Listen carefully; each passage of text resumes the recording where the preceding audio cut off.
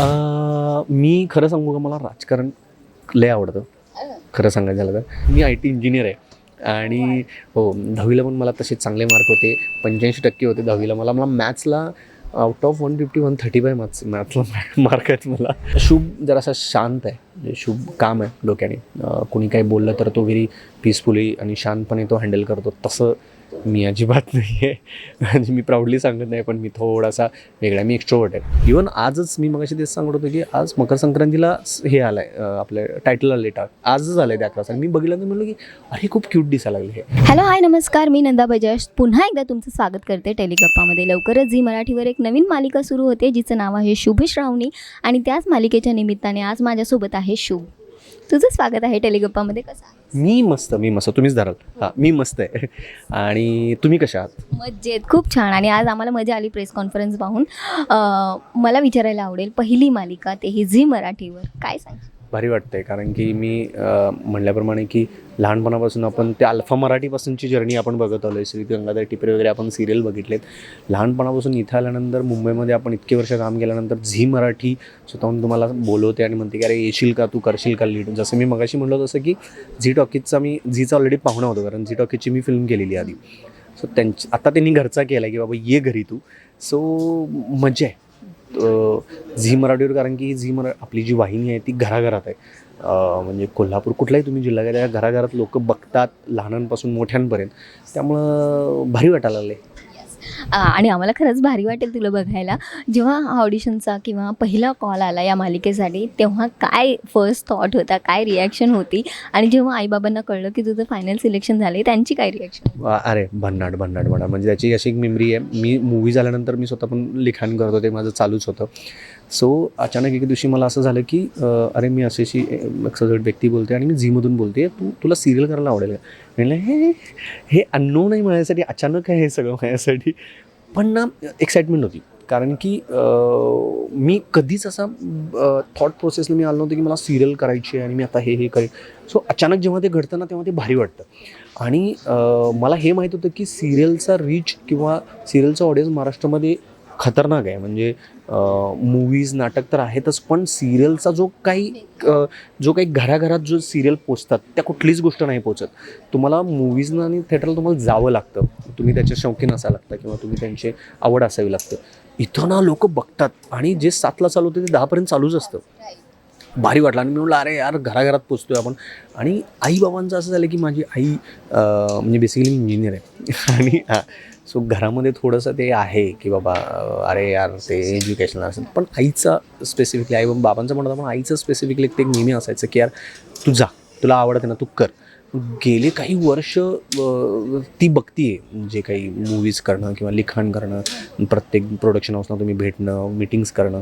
So तो जो काही struggle is a very wrong word, मी म्हणेन की जी प्रोसेस तिने बघितली जवळून. सो जेव्हा तिला कळालं ती अशी होती की अरे वा हे काय.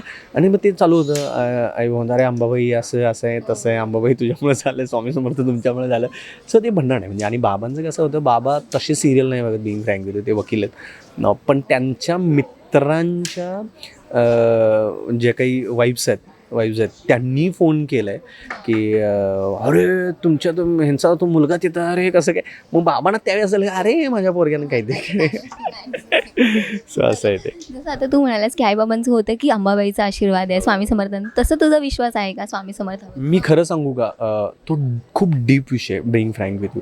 पण तुम्ही मला वरवर जर आपण बोलायचं झालं तर मी नक्कीच बिलीव्ह करतो there is something energy who operates this, हे सगळं काही हँडल करते. If you are a good person, तुम्ही जेन्युइन पर्सन असाल, जेन्युइन हार्डवर्क असेल, जेन्युइन कष्ट असेल, तुमचं खरंच पॅशन असेल, खरंच प्रेम असेल त्या गोष्टीवर, तुम्ही खरंच खूप दिवस थांबलाय या गोष्टींसाठी, पेशंटली थांबलाय, तर मला वाटतं की या स्टोरीचा एंड चांगलाच होईल. आणि तो एंड जे तुमचे ऑब्व्हियसली बघा, ही जसं मी एका ठिकाणी ऐकलेलं वाचलेलं की ही स्क्रीन प्ले आहे, तो त्याच्यामध्ये काही गोष्टी घडणार आहे, अशा गोष्टी घडणार, तशा गोष्टी घडणार, तुम्ही ते बघताय.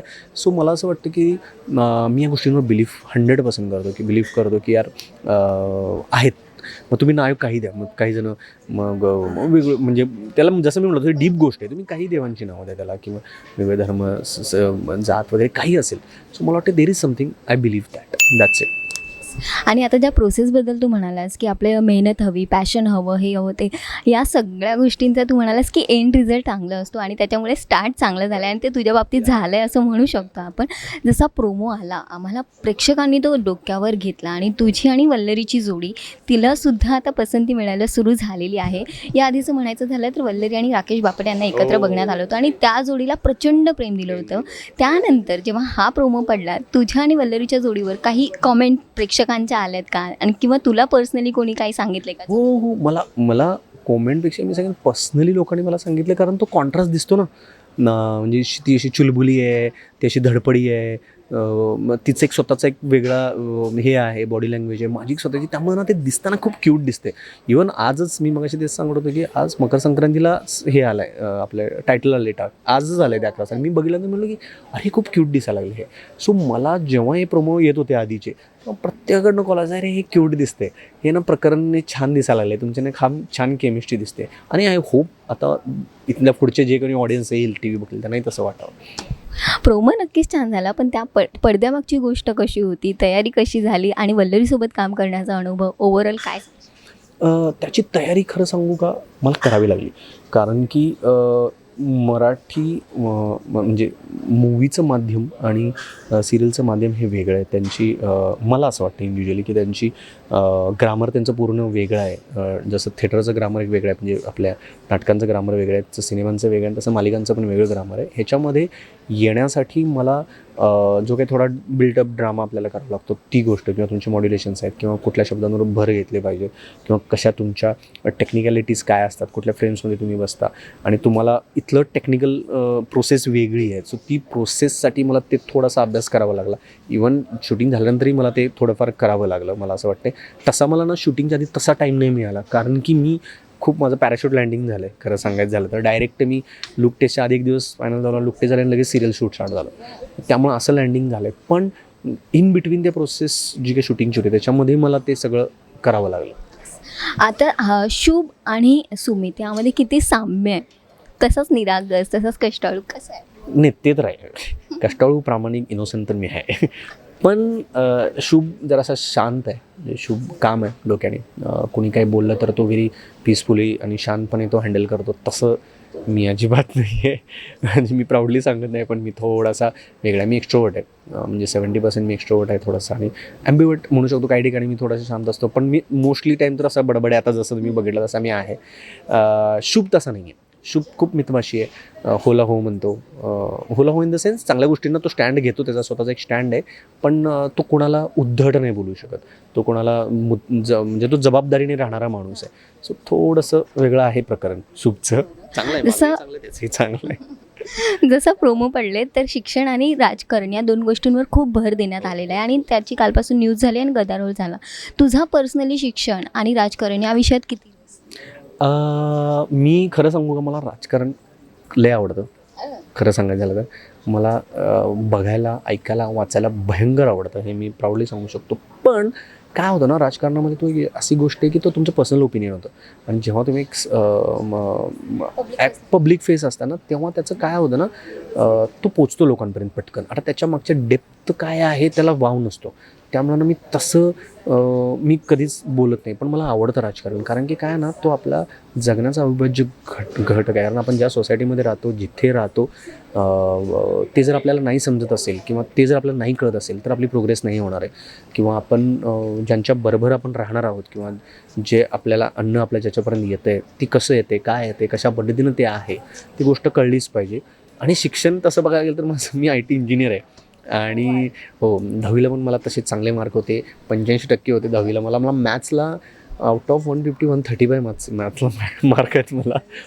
पण ह्याच्या सगळ्यांच्या वरती जे काही खरं गणित आहे ते म्हणजे ॲक्टिंगचं गणित आहे, ते माझ्या प्रेमाचं गणित आहे. सो मला ॲक्टिंगवर माझं खूप प्रेम आहे लहानपणापासूनच. मी म्हणजे ते तर मी तुम्हाला नंतर सांगेन कधीतरी. पण शिक्षण म्हटलं तर मी शिक्षण इथंपर्यंत केलं आहे. त्याच्या पुढे मला आता काही थेटा गॅमा वगैरे काही माहीत नाही आहे. ते इंजिनिअरिंग कंप्लीट केली, डिग्री, आणि असं पेकून मी ठेवलं.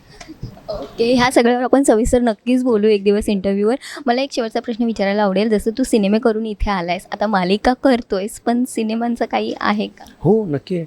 मी पॅरलली 100% ठेवणार आहे. आता ऑब्व्हियसली तर टाईमचं थोडंसं असतं, पण सिनेमा करायचाच आहे.